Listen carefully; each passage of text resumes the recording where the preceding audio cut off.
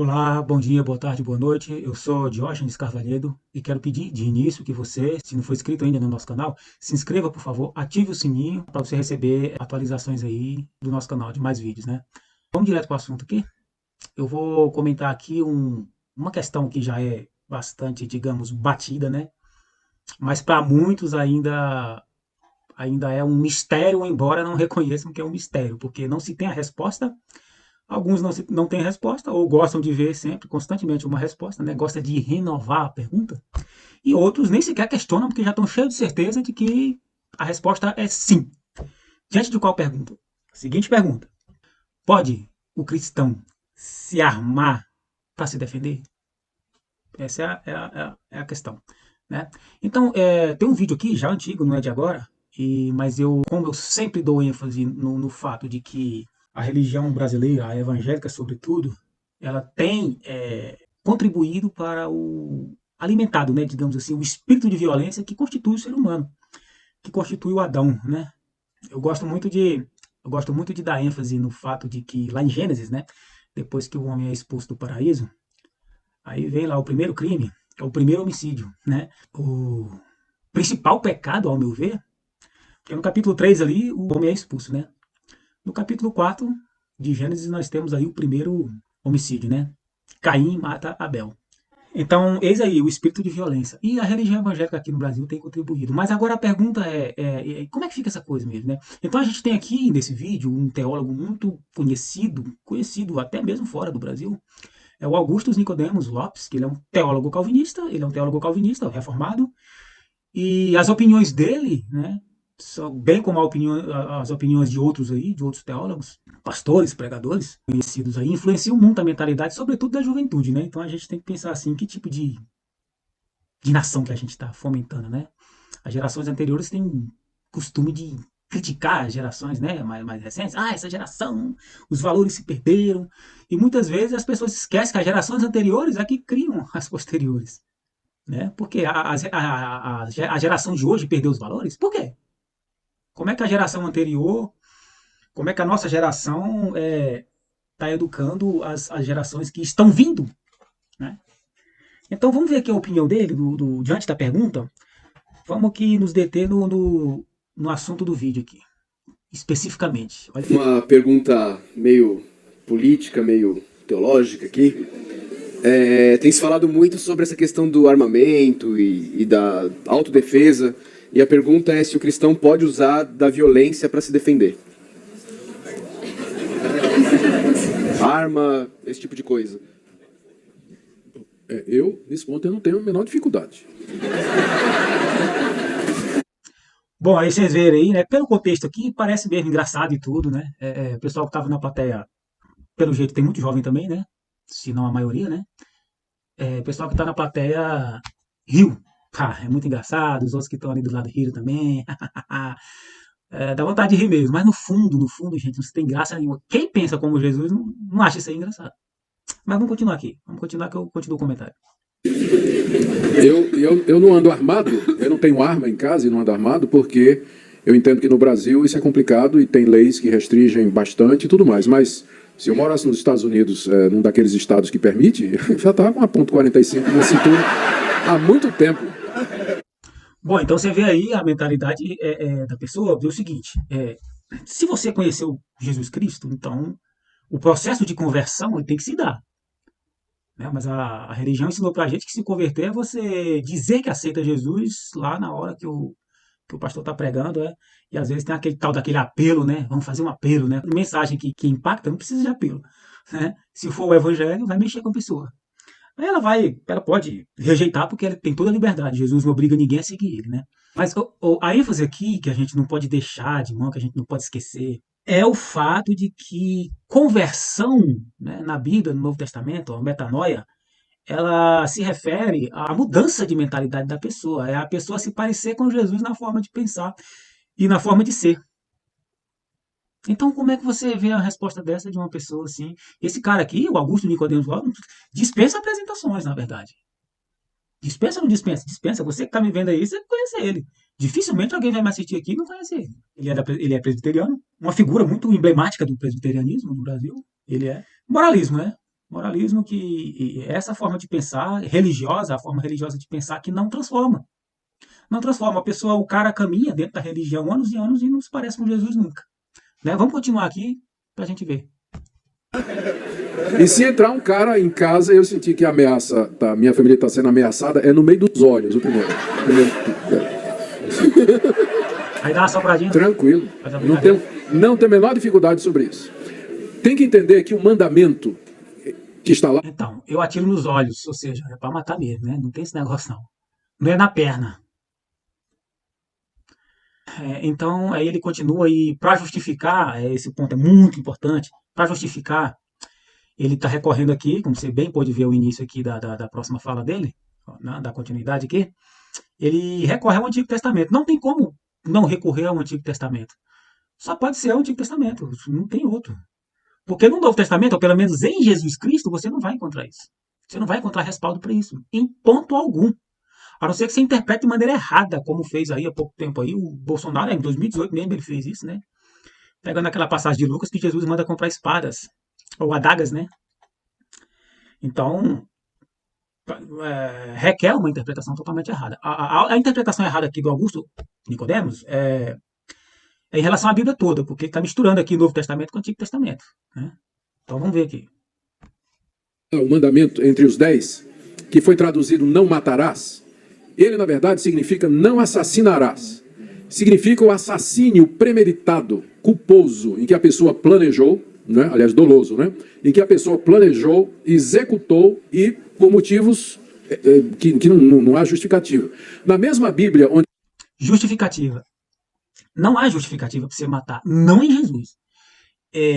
Quem teve um encontro verdadeiro com Jesus entendeu o impacto do Evangelho, que é o impacto do amor de Deus. E é o impacto do amor de Deus. Se uma pessoa se transforma pelo Evangelho, ou se deixa transformar, não é o meu caso, tá? Eu deixo logo aqui bem claro que eu sou uma pessoa que nego a Jesus todos os dias por conta de que eu não sigo os passos de Jesus nesse modo de ser que eu estou falando aqui. Porque seguir uma religião é bem mais fácil, até porque o destino de quem segue uma religião é ser transformado numa espécie de fariseu. E o fariseu, de acordo com uma certa interpretação, ele se tornou o sinônimo, né? A expressão do conceito neotestamentário de hipócrita ou de hipocrisia. Então isso é seguir religião. Evangelho não. Evangelho, se você seguir o evangelho é a aplicação dele na vida.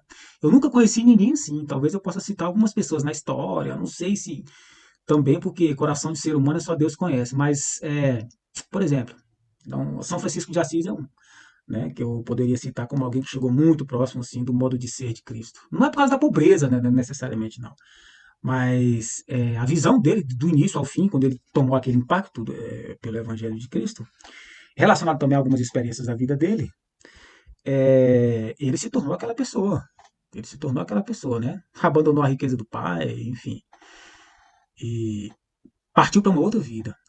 Mas eu poderia mencionar como um exemplo de, né, de uma pessoa que realmente se pareceu, em parte, se parece com Jesus Cristo, muito, né? É o mais impactante. Mas tem outros na história, mas eu menciono aqui São Francisco, é um exemplo que eu gosto, São Francisco de Assis. Agora, no caso dele aqui, ou no caso da religião aqui, atualmente, e pegando a fala dele aqui do Nicodemos, ele está totalmente equivocado. Ele diz assim, ó, ele pega como justificativa lá o mandamento.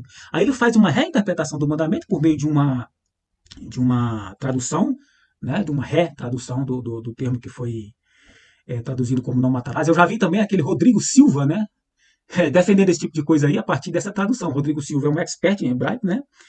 Claro que é enviesado, ou seja, tem um viés, né, porque ele é adventista e tal.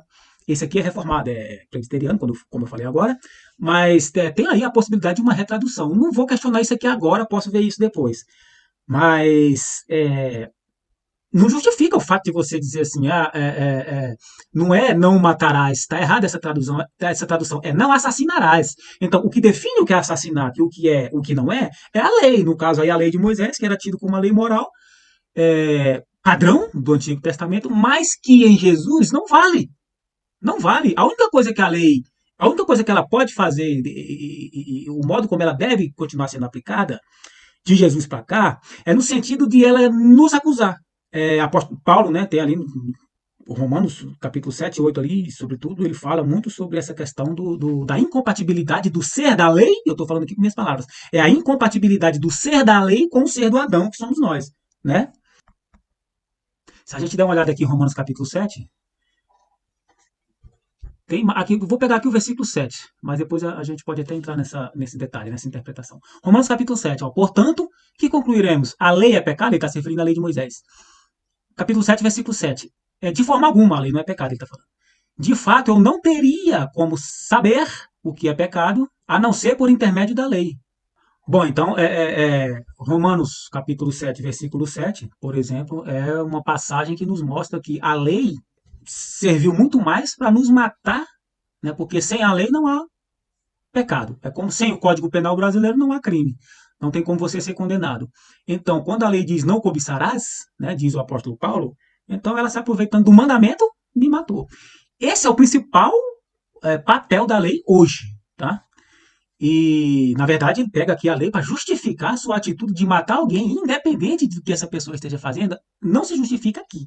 Agora, eu não estou sendo contra a legítima defesa, mas a questão é que em Jesus não há legítima defesa. Tá? Aí vamos continuar aqui para ver o que ele diz aqui. Que nós não devemos assassinar o nosso próximo, é a mesma Bíblia lá. É a mesma Bíblia que diz que se o homem... É a mesma Bíblia. Só que o Nicodemos, ele não tem a visão, né, graças ao dogma religioso dele, dogma teológico calvinista dele, ele não tem a visão de que é a mesma Bíblia. Só que lá no Antigo Testamento, Jesus ainda não tinha encarnado. Não tinha acontecido aquilo que o apóstolo Paulo chama de plenitude dos tempos, né? Chegada à plenitude dos tempos, né? Que é o tempo adequado para Deus intervir na história a partir dele próprio. O ser de Deus encarna na pessoa de Jesus Cristo, ele participa da história como homem. Né? Esse pessoal da teologia aí calvinista, reformada, eles não é só aí não. Se você for pegar aí também os arminianistas, também, eles também levam tudo para o plano do dogma teológico e pronto. Na prática mesmo, prática no sentido, não no sentido de prática, de que você olhar ali um conjunto de regra comportamental e praticar. Não, isso é moralismo, não santidade. Mas processo de santificação é processo de metanoia, que é de transformação e que é de conversão. Nesse sentido, conversão é o mesmo que santificação, porque conversão é você se parecer aos poucos, né, processualmente, com Jesus Cristo. Você tem que olhar para Jesus. Esse tipo de dogmatismo aqui impede a pessoa de olhar para Jesus. Ele não vai conseguir nunca enxergar Jesus. Ele não enxerga Jesus onde está Jesus, e onde não está, ele enxerga algo que o justifica, como se fosse Jesus que estivesse justificando. No caso dele aqui, do Nicodemos, ele está se justificando pelos 10 mandamentos. Ele pegou lá o não matarás, retraduziu, né? E não, aqui é não assassinarás. Então, se o Brasil, se a lei, como ele disse aqui, né, aqui é proibido, então, por isso eu não ando armado.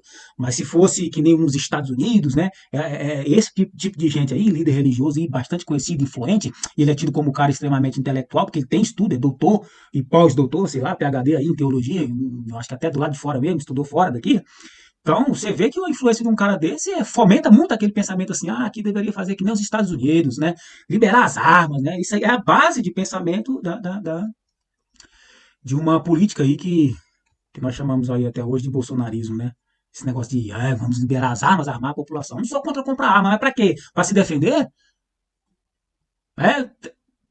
Reveja seus conceitos, vê se você conheceu realmente Jesus Cristo ou você teve contato apenas com a Bíblia, enquanto Bíblia e Jesus fica em segundo plano, porque as palavras dele aí, pelas palavras dele você vê a Bíblia, ele fala a Bíblia, mas ele nunca fala Jesus. Quando ele falou Jesus, foi para desfazer a radicalidade do Evangelho, que ele acabou de dizer aí, ó.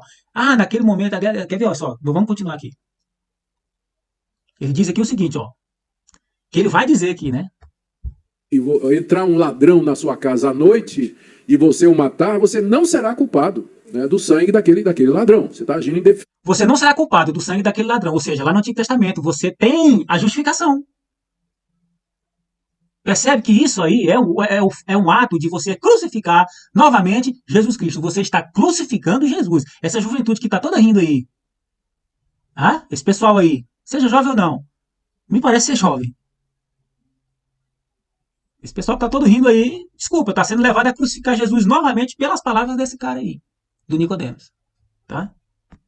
Em defesa própria. Então, eu não tenho a menor dificuldade com isso. É por isso que a igreja hoje, enquanto instituição, e ela é uma instituição, talvez não seja por isso, talvez seja o contrário, o fato da instituição, igreja, enquanto instituição, reivindicar seus direitos, para fazer manutenção de si própria, os indivíduos que fazem parte dela, como esse cara aí, que é um cara institucionalizado, né? É um cristão, bom, talvez eu ia colocar entre aspas aqui, mas talvez não, porque esse cristão, né, é um adjetivo que me designa como participante de uma religião, então ok, você é cristão, mas não porque você conhece a Cristo, por isso que eu gosto de trocar o termo cristão, o adjetivo cristão, pelo adjetivo crístico, que se refere ao próprio nome de Cristo, porque cristão já está muito batido, né? Está muito melado, já está muito sujo. Né? Mas vamos aqui, vamos continuar aqui. Olha o que ele disse aqui, se justificando pelo Antigo Testamento.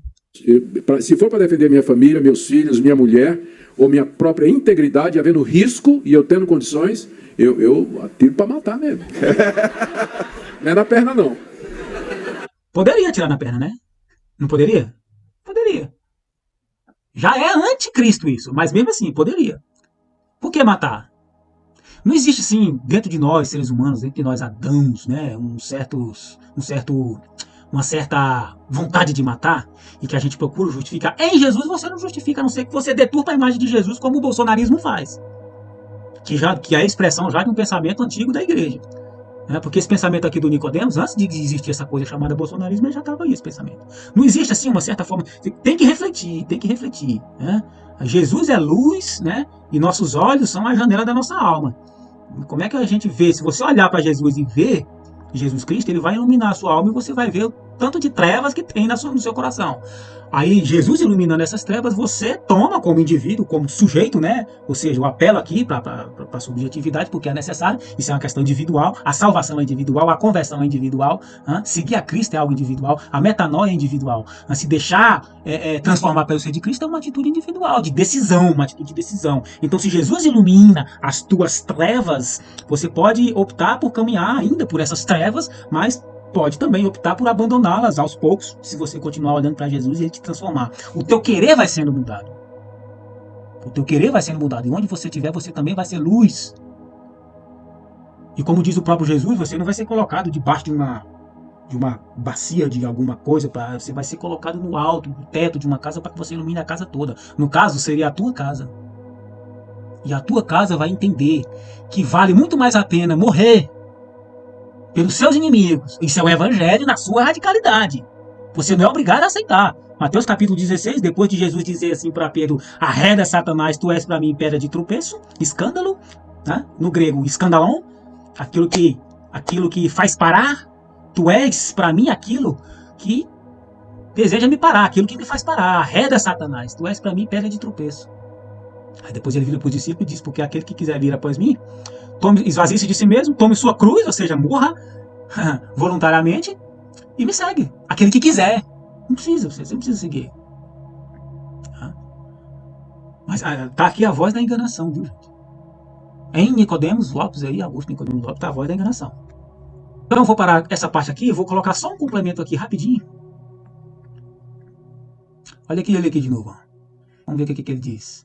Então a pergunta é a mesma, né? Um cristão pode portar arma para a própria segurança e segurança da sua família?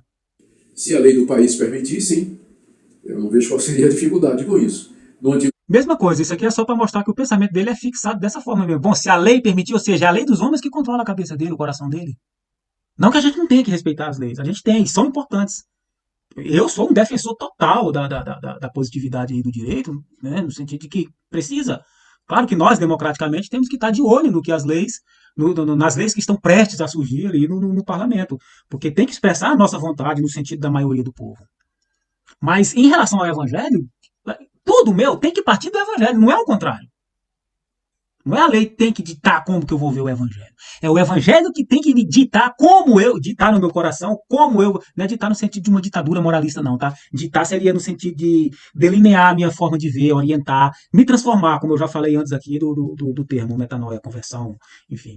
É o contrário, então seria a partir do evangelho que eu olho a lei. Não é a partir das leis. Agora eu estou falando, não, aqui percebe, não é mais a lei de Moisés. Estou falando a lei do país, deste ou daquele país. Né? Não é a partir da lei que eu vou fazer a aplicação ou vivência da minha espiritualidade. É a partir do evangelho.